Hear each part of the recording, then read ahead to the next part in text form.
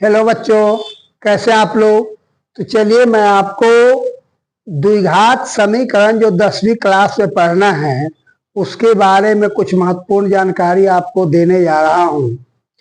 तो सबसे पहले आप ये समझिए कि द्विघात समीकरण होता क्या है।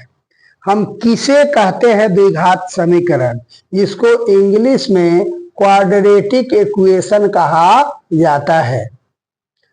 तो यदि किसी समीकरण में X Y P Q R S T यानी अंग्रेजी के 26 अक्षर में से कोई अक्षर पर यदि 2 पावर होता है तो उसे हम द्विघात समीकरण कहते हैं। उसके बाद अब हम उसका जो साधारण रूप होता है, द्विघात समीकरण का सामान्य रूप जो होता है, सामान्य सूत्र जो होता है, x square plus v x plus c बराबर 0 होता है। तो इसका सामान्य सूत्र कहने का मतलब कि यहाँ पर एक कोई कांस्टेंट संख्या जैसे 2, 3, 4, 5 माइनस या प्लस कुछ भी हो सकता है, बी का भी मान कुछ भी हो सकता है अंकों में, और सी का भी मान कुछ भी हो सकता है। यानी ए बी और सी के जगह पर कोई अंक रहेगा और एक्स स्क्वायर एक्स ये रहेगा ही। या तो इसको हम एक्स स्क्वायर में द्विघात समीकरण कहेंगे, अगर टी पर 2 पावर होगा तो टी पर द्विघातीय समीकरण हुआ, अगर पी है तो पी का द्विघात समीकरण है, एस है तो एस का द्विघात समीकरण है। मतलब कोई भी अक्षर पर द्विघात समीकरण संभव हो सकता है। जैसे कुछ द्विघात समीकरण निम्न है, जैसे 3x स्क्वायर 4x प्लस 5 बराबर 0, 2/3 x square plus 1/4x plus 6 बराबर 0, 6m square minus 8m plus 1 बराबर 0, T square minus 8t minus 29 बराबर 0, 8 minus 6r plus are square, ये सभी के सभी द्विघात समीकरण के उदाहरण हैं। तो अब यहाँ देखिए, पहला जो समीकरण दिया गया है वो x में द्विघात समीकरण है, दूसरा भी x में द्विघात समीकरण है, तीसरा m में द्विघात समीकरण है, चौथा t में द्विघात समीकरण है, पांचवा जो है से आपको r में द्विघात समीकरण है, और ये जो है m में द्विघात समीकरण है। तो इस प्रकार से हजारों करोड़ों हम द्विघात समीकरण का एग्जाम्पल दे सकते हैं। लेकिन थोड़ा सा आपको डाउट होगा कि देखिए, तीसरा तक तो सही है, चौथा भी सही है, पांचवा में है 8 minus 6r plus are square, मतलब उल्टा रूप में लिखा गया है। लेकिन उल्टा सीधा से आपको मतलब नहीं है, मतलब ये भी द्विघात समीकरण है, केवल इसका ABCD मान के वैल्यू में अंतर हो जाएगा, लेकिन इसको भी हम द्विघात समीकरण कहेंगे। अब आगे जो बताना है आपको कि द्विघात समीकरण की पहचान हम कैसे करेंगे, कैसे हम समझेंगे कि यह द्विघात समीकरण है या नहीं है। तो उसके लिए खास पहचान के लिए मैं कुछ आपको नियम बताता हूं कि किन किन परिस्थिति में वह द्विघात होगा और किन परिस्थिति में द्विघात नहीं होगा। तो उसका सबसे पहला पॉइंट जो है कि अंग्रेजी के 26 लेटर में से किसी अक्षर पर ऋणात्मक मान हो, ऋणात्मक पावर हो, तो वह द्विघात समीकरण नहीं होता है।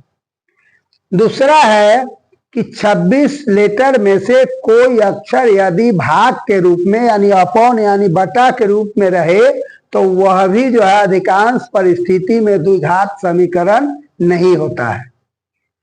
तीसरा क्या है कि ABC की पहचान अब हम कैसे करेंगे, मतलब A कौन होगा, B कौन होगा, C कौन होगा, इसकी पहचान हम कैसे करें।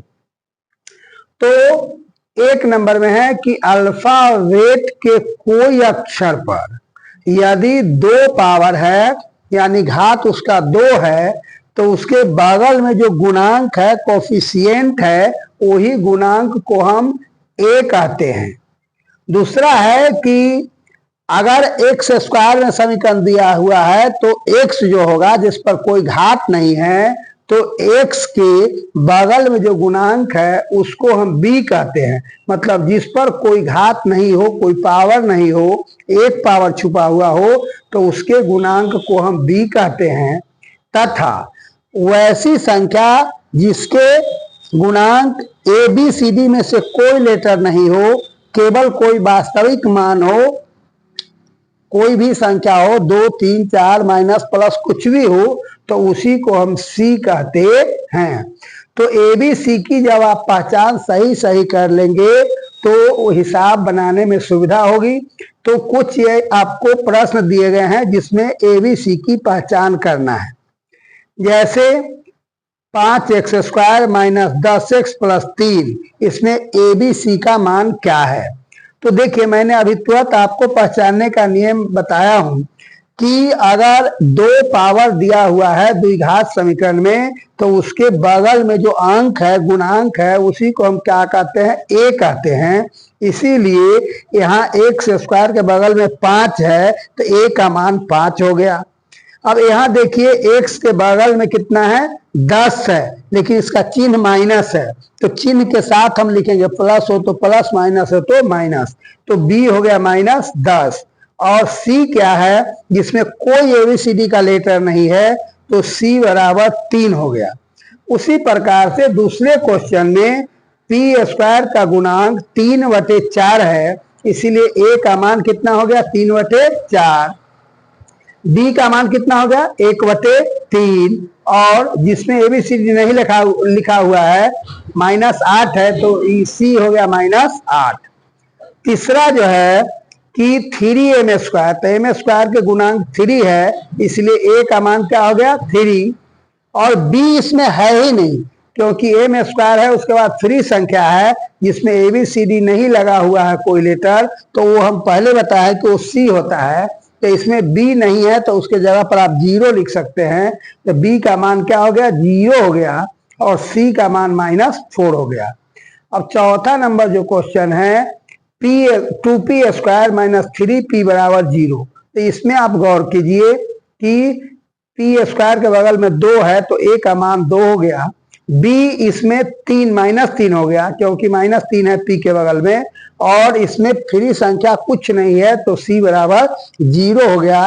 तो इस प्रकार से हम ए बी सी की मान को निकालते हैं और निकालने के बाद अगर आगे हम विवेचक बताएंगे कि कैसे निकलता है, शून्य कैसे निकलता है, इस प्रकार से हम पहचान लेंगे तो अनेक प्रकार के हिसाब को बनाने में हमको सहूलियत होगी। लेकिन ए बी सी की पहचान करना मुख्य रूप से बहुत जरूरी है।